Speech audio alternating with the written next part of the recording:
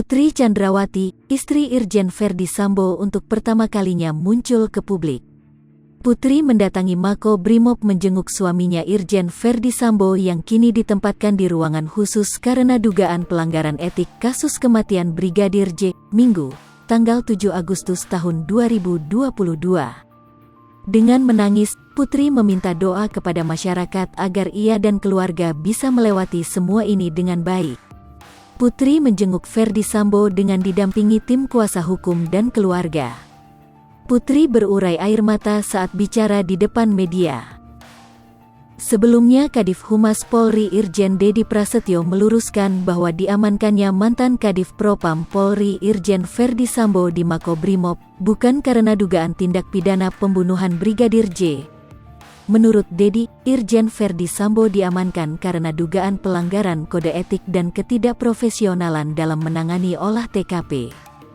Irjen Verdi Sambo, katanya diamankan berdasar hasil pemeriksaan oleh tim Inspektorat Khusus, Irsus.